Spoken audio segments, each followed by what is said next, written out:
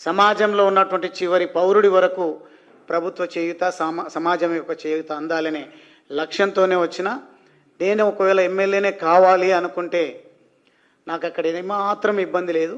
అందుకే నా రాజీనామా లెటర్లో కానీ పలు సందర్భాల్లో నేను గతంలో ఏ పార్టీలో అయితే పనిచేయడం జరిగిందో ఆ పార్టీ పెద్దలకు ధన్యవాదాలు తెలియజేసిన, ఆ పార్టీ సిద్ధాంతాలతో పనిచేసి నచ్చినప్పుడు, ఇప్పుడు నాకు తెలిసి నేను ఇంకా అచ్చంపేటలో అడుగు పెట్టలేదు, ఆ పార్టీ సిద్ధాంతాలు వాళ్ళ హిడెన్ ఎజెండా వేరే ఏదున్నదో స్లోగా నాకు అర్థమైంది.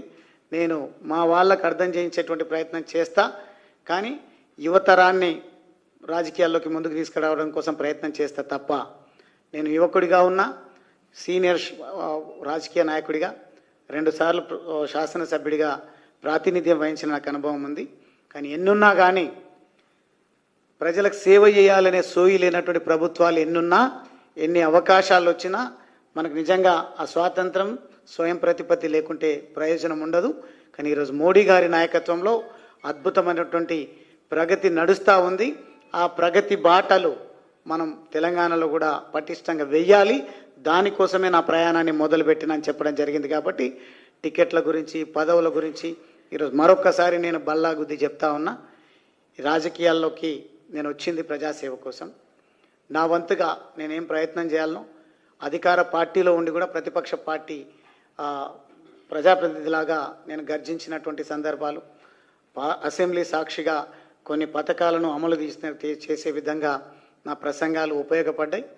ఈరోజు నిజంగా నేను అనుకున్నటువంటి ఆశయం, ప్రజలు అనుకున్నటువంటి కోరిక నెరవేరాలంటే అది బీజేపీతో సాధ్యమవుతుంది. ఒక సామాన్య కార్యకర్తలాగా నేను పనిచేసి ఈ రాష్ట్రంలో, దేశంలో బీజేపీ పార్టీని అధికారంలోకి తీసుకురావడం ద్వారా నాకు వ్యక్తిగతంగా జరిగే ప్రయోజనం నాకు ఏమాత్రం అవసరం లేదు. నా వర్గాల ప్రజలకు, నా అంటే నేను ఇచ్చేటువంటి నిర్వచనం ప్రతి పేదవాడికి ప్రభుత్వ సంక్షేమం చేయూత అందే విధంగా పనిచేయాలనే కోరికతోనొచ్చిన ఎమ్మెల్యే, ఎంపీ పదవులతోన ఏమాత్రం నాకు యావలేదు. అవకాశం వస్తే వదిలిపెట్టేది కూడా లేదు. కానీ అవకాశం కోసమే వెంపర్లాడే నైజం నాది కాదు. నా ఆలోచన, నా ధ్యాస అంతా కూడా ప్రజల అభ్యున్నతి కోసమే పనిచేస్తానని మరొకసారి మిత్రులు రాజాసింగ్ గారికి కూడా మీ ద్వారా తెలియజేస్తాము. ఎస్, 100%.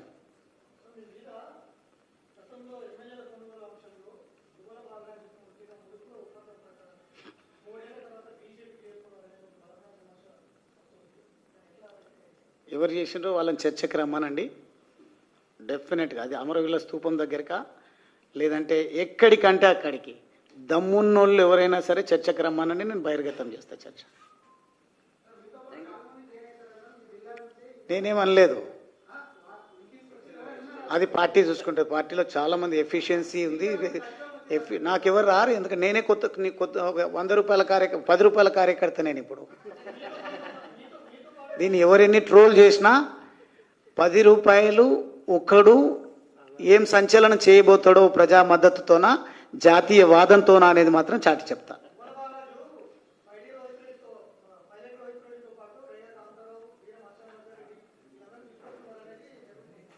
నేను ఇంతకుముందు చాలా 2 విషయాలు చెప్పిన. ఫామ్ హౌస్ కేసు చెప్తే చర్చకి ఎవరికైనా దమ్ము